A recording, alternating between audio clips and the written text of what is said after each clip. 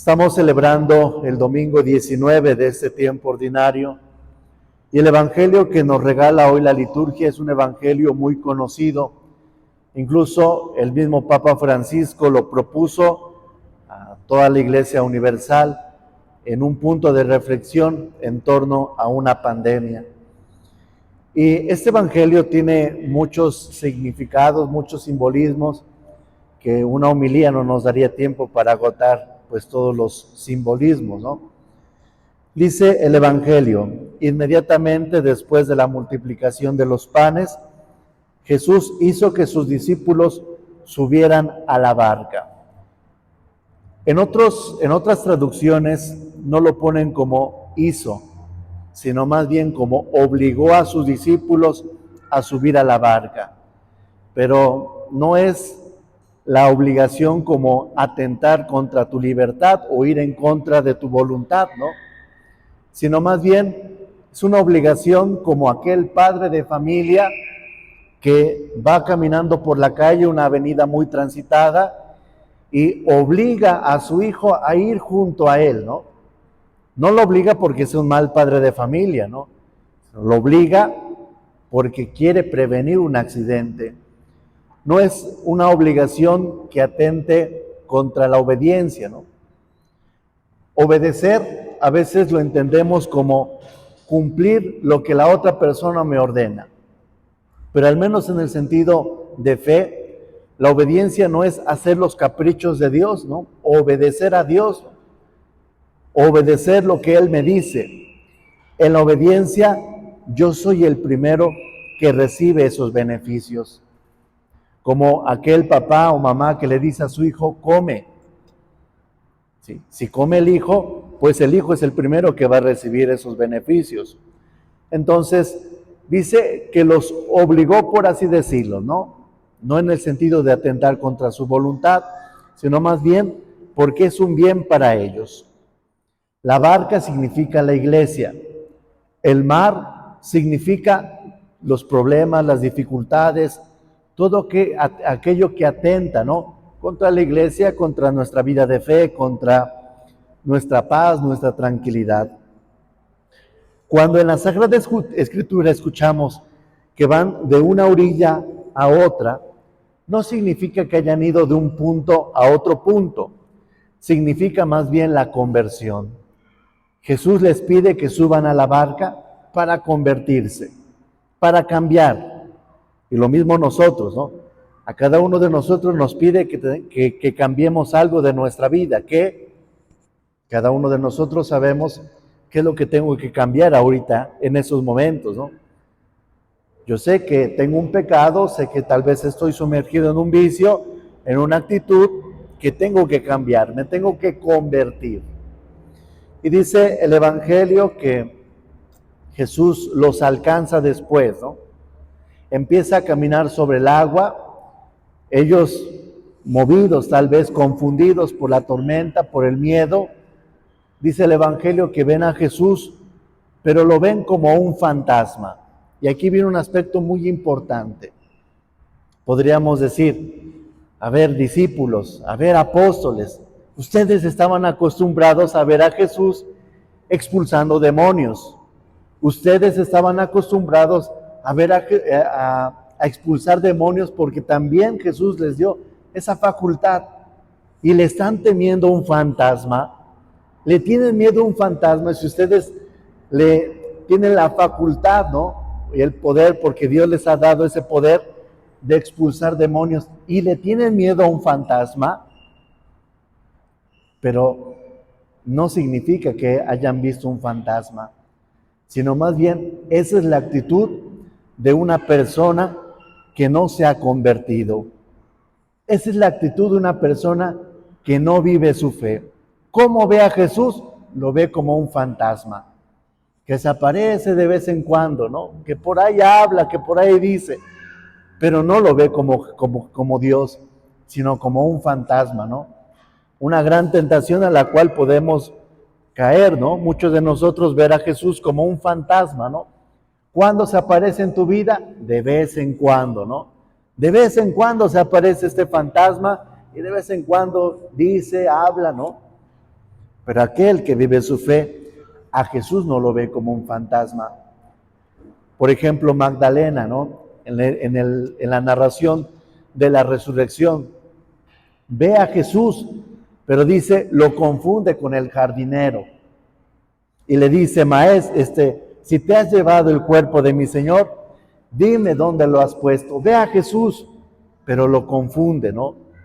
Y aquí viene un aspecto muy interesante. La fe, es cierto, se fortalece por lo que vemos, pero se fortalece más por lo que escuchamos.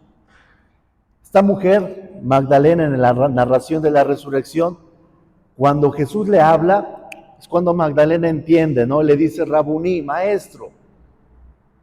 Cuando Jesús les habla a sus discípulos, Pedro inmediatamente lo identifica como el maestro, ¿no?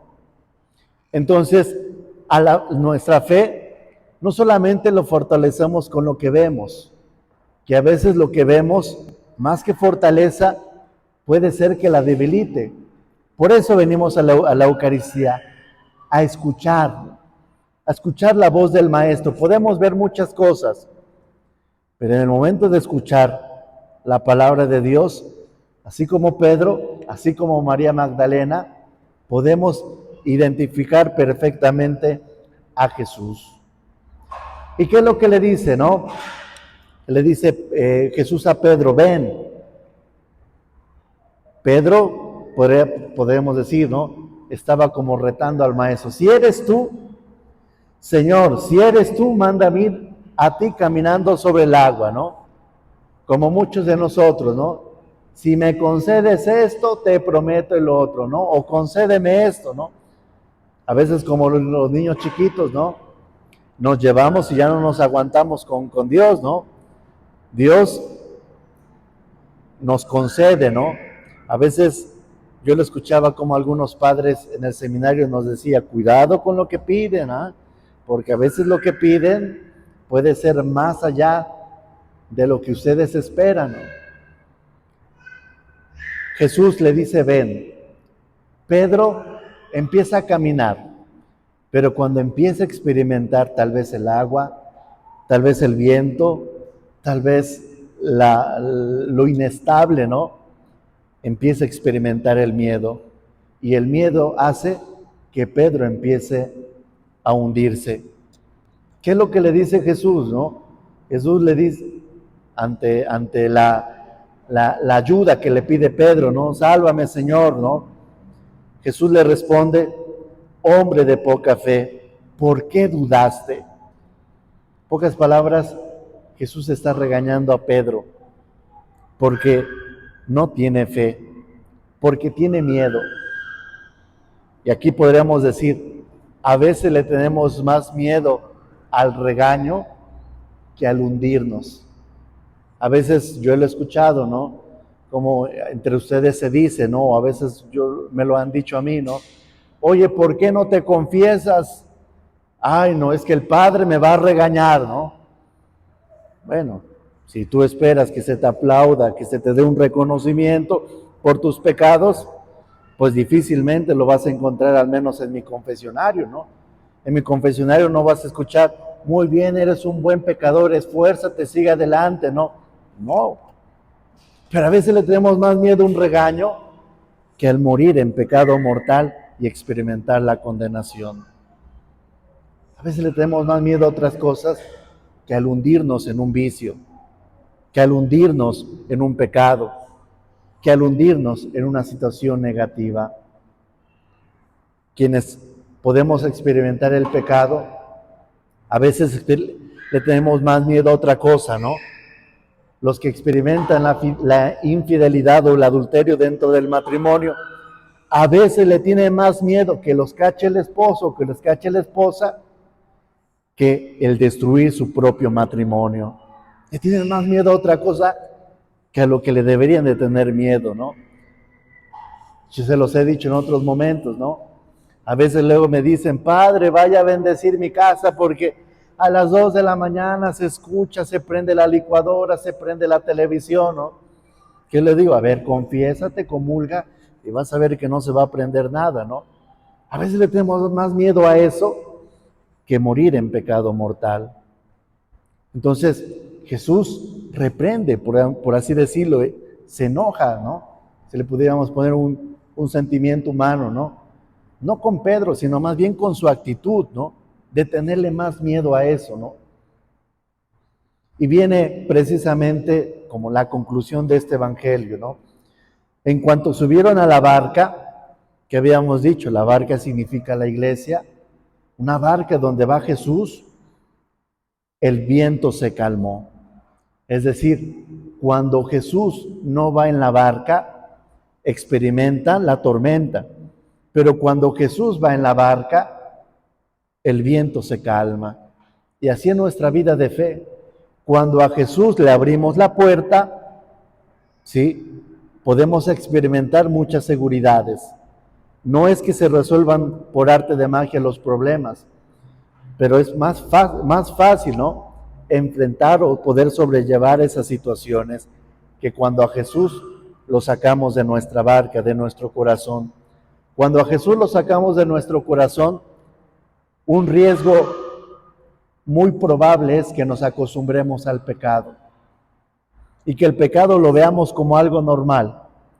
Pero el hecho de que yo vea el pecado como algo normal no significa que sea algo normal, ni mucho menos que sea algo bueno. Entonces, encontramos en este evangelio cómo ellos en la barca, que significa la iglesia, que significan los sacramentos, que significa un encuentro con Dios, empiezan a reconocer a Jesús. Y dice, los que estaban en la barca se postraron ante Jesús diciendo, verdaderamente tú eres el Hijo de Dios.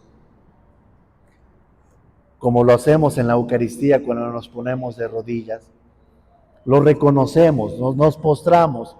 Verdaderamente tú eres el Hijo de Dios. ¿Quién es el que no se arrodilla? Y no, aquí podemos descartar a aquellos que tengan algún problema físico, ¿no? Si no me refiero a los soberbios, a los que dicen, yo no me quiero ensuciar el pantalón, por eso no me arrodillo, ¿no? Los que estamos en la barca, en la iglesia, reconocemos, nos arrodillamos, reconocemos a Jesús, ¿no? Se los he dicho en otros momentos, a veces como que me causa un poco de conflicto, ¿no? Porque es en el momento de la consagración, y me refiero a los soberbios, ¿no? No a los que no se pueden arrodillar por algún problema, ¿no? No se arrodillan, pero viene el Padre Nuestro y, a ver, ¿cómo no reconoces a Él que está aquí y sí le estás pidiendo muchas cosas? Entonces, reconocer significa estar en comunión con Él, estar en contacto con Él, experimentar una vida sacramental. De lo contrario, a Jesús lo vamos a ver como un fantasma. ¿Cuándo se aparece el fantasma? De vez en cuando, lo escuchamos, ¿no? De vez en cuando dicen, escuché, me dijeron, pero a Jesús nunca lo vamos a ver como el Hijo de Dios. Se ponen de pie.